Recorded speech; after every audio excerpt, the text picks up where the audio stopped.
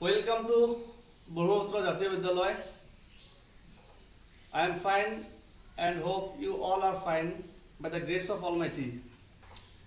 তো আজি আমি ক্লাছ 10ৰ পৰ পাঠটোৰ বিষয়ে এটা ভিডিঅ' ক্লিপছ কৰিম আৰু ইয়াৰ সহায়ত তোমালোকক অলপ বুজাবলৈ চেষ্টা কৰিম।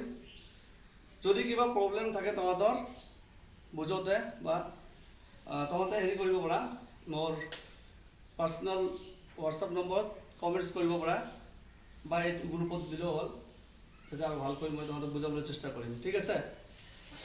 তো পোহৰ it call light. What is light? পোহৰ কি?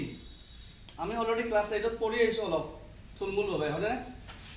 তো পোহৰ এবিধ কিয় শক্তি হয় বা আমি বিদ্যুৎ চুম্বকীয় তৰংগ বুলি ক'ব পাৰোঁ, যাৰ সহায়ত আমি দৃষ্টিৰ অনুভূতি পাওঁ। পোহৰ নহ'লে আমি একো দেখা নাপাওঁ। আমি কিবা বস্তু চাবলৈ হ'লে সেই বস্তুটোত কি পোহৰ পৰিব লাগিব, তাৰপিছত পোহৰ তাৰ পৰা প্ৰতিফলিত হৈ আমাৰ চকুত আহি পৰিব লাগিব, আমাৰ চকুৰ ৰেটিনাত। তাৰপিছত সেই বস্তুটোৰ প্ৰতিবিম্ব আমাৰ চকুত গঠন হয়, তেতিয়াহে আমি বস্তুটো দেখা পাওঁ। তো পোহৰ নহ'লে কোনো কামেই অসম্ভৱ। পৃথিৱীত কোনো মানুহে কোনো কাম কৰিব নোৱাৰিব। যিকোনো কাম কৰিবলৈ গ'লে সূৰ্যৰ পোহৰৰ দৰকাৰ আছে। ঠিক আছে। তো সেই পোহৰৰ বিষয়ে আমি পঢ়িম।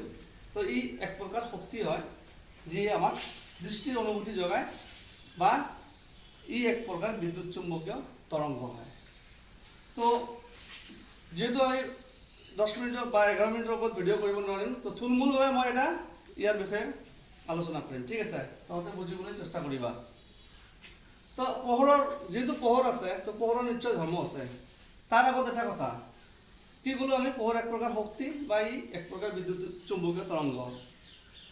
তো পোহৰ কেনেকুৱা বস্তু? ই কিছুমান ৰশ্মি গুচ্ছ বুলি ক'ব পাৰোঁ আমি, মানে ৰশ্মিৰ থোপ নেকি? এটা পোহৰ ৰশ্মিটো অকলে আহিব নোৱাৰে নে? বহুত ৰশ্মি একেলগে আহে। তো ইয়াক আমি কি বুলি কওঁ? পোহৰ ৰশ্মি গুচ্ছ, এক প্ৰকাৰ ৰশ্মি গুচ্ছ হয়।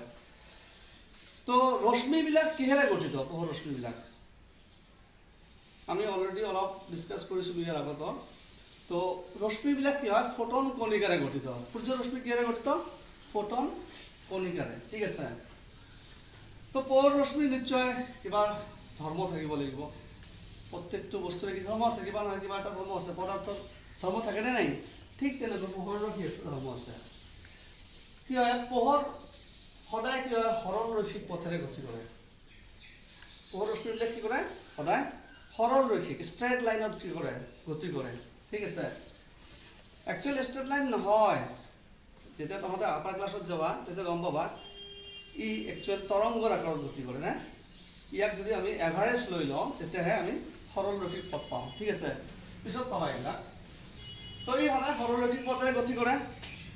2 নম্বৰ, পোহৰ অস্বচ্ছ বা অনুজ্জ্বল বস্তুৰ স্পষ্ট ছাঁ উৎপন্ন কৰে।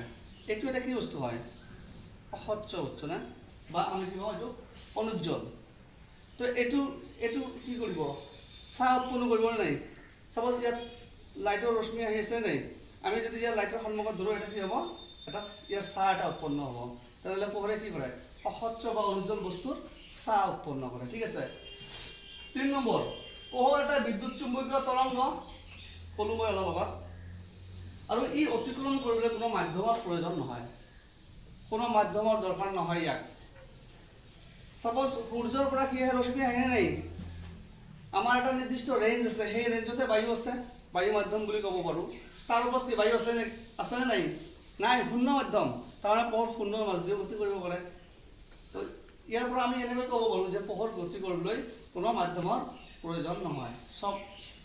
চবৰে মানে শূন্য মাধ্যমৰ মাজেদি যাব পাৰে, বায়ু মাধ্যমৰ মাজেদি যাব পাৰে, স্বচ্ছ মাধ্যমৰ মাজেদিও যাব পাৰে। ঠিক আছে। কিন্তু অস্বচ্ছ মাধ্যমৰ মাজেদি পাৰ হৈ যাব নোৱাৰে। ঠিক আছে।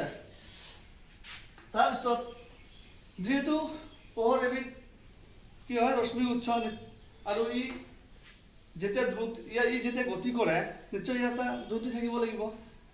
ক্লাছ 9ত পঢ়ি আহিছোঁ আমি দ্ৰুতি। পঢ়িছোঁনে নাই? তো পোহৰৰ দ্ৰুতি কিমান? 3 × 10⁸ মিটাৰ পাৰ ছেকেণ্ড। এইটো আমি শূন্য মাধ্যম বুলি ক'ব পাৰোঁ বা বায়ু মাধ্যম বুলিও ক'ব পাৰোঁ ঠিক আছে আৰু পোহৰ কোনো স্বচ্ছ বা অস্বচ্ছ পৃষ্ঠত পৰিলে ইয়াৰ প্ৰতিফলন বা প্ৰতিসৰণ হয় কোনো স্বচ্ছ মানে কি যাৰ মাজদি পোহৰ পাৰ হৈ যাব পাৰে না আৰু অস্বচ্ছ মানে কি যাৰ মাজদি পোহৰ পাৰ হৈ যাব নোৱাৰে তো স্বচ্ছ বা অস্বচ্ছ মাধ্যমত যেতিয়া পোহৰ পৰে তেতিয়া ইয়াৰ কি হয় প্ৰতিফলন হয় বা প্ৰতিসৰণ হয় ইয়াত আমি প্ৰতিফলন আৰু প্ৰতিসৰণৰ বিষয়ে পঢ়িম ঠিক আছে তো প্ৰতিফলন আৰু প্ৰতিসৰণ এই দুটাই মেইন তহঁতৰ ইয়াত আমি পিছৰ ভৱিষ্যত এই দুটা আলোচনা কৰিম ভালকৈ তাৰপিছত পোহৰ ৰশ্মিৰ প্ৰকাৰ ইয়াৰ নিশ্চয় কি প্ৰকাৰ আছে বিভিন্ন প্ৰকাৰৰ পোহৰ ৰশ্মি আছে যেনেকুৱা এক নম্বৰ হৈছে সমান্তৰাল ৰশ্মি সমান্তৰাল দুই নম্বৰ অভিসাৰী ৰশ্মি তিন নম্বৰ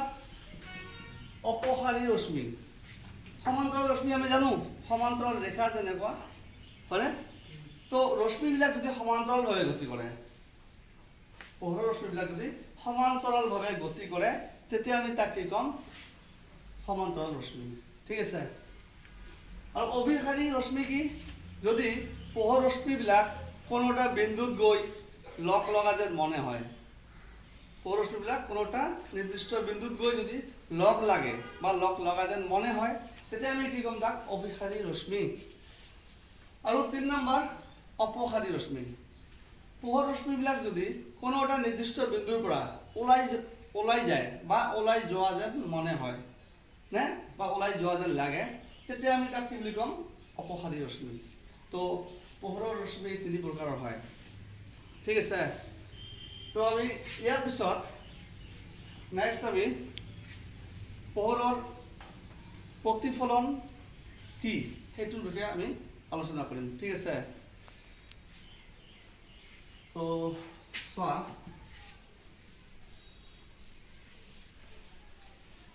পোহৰৰ প্ৰতিফলন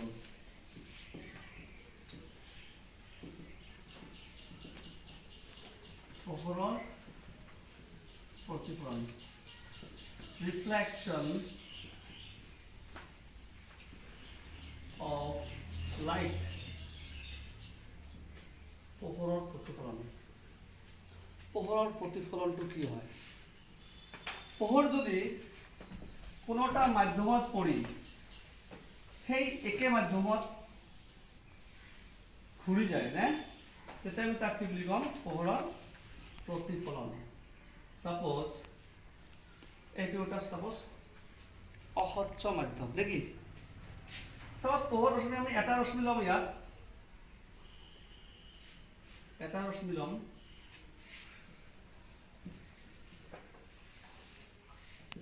এইটো এটা ৰশ্মি ই আহি যেতিয়া এই পৃষ্ঠত পৰিব তেতিয়া ই সেই একে মাধ্যমত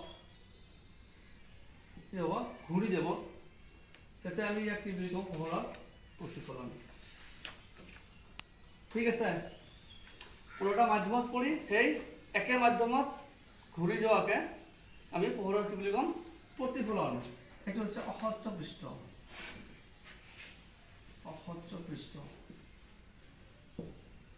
আৰু এইটো কি বুলি ক'ব আপতিত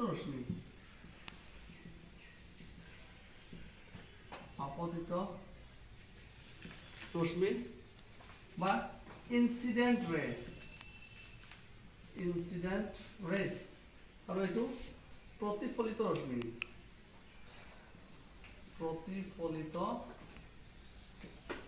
ৰশ্মি বা ৰিফ্লেক্টিভ ৰে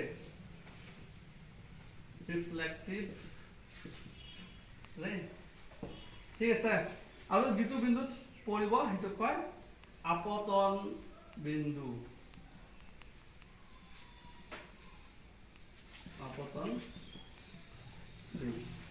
ঠিক আছে তো আমি কি কম পোহৰ ৰশ্মি কোনো অস্বচ্ছ পৃষ্ঠত পৰি সেই একে মাধ্যমত ঘূৰি যোৱাকে আমি কি বুলি ক'ম পোহৰৰ প্ৰতিফলন তো যিটো ৰশ্মি আহি পৰিব পৃষ্ঠটোত সেইটো আপতিত ৰশ্মি যিটো য'ত পৰি ঘূৰি যাব না এই ঘূৰি যোৱা ৰশ্মিটোক আমি কি বুলি ক'ম প্ৰতিফলিত ৰশ্মি ঠিক আছে তো ইয়াৰ বাকীখিনি মই নেক্সট ভিডিঅ'ত আলোচনা কৰিম ঠিক আছে, ধন্যবাদ।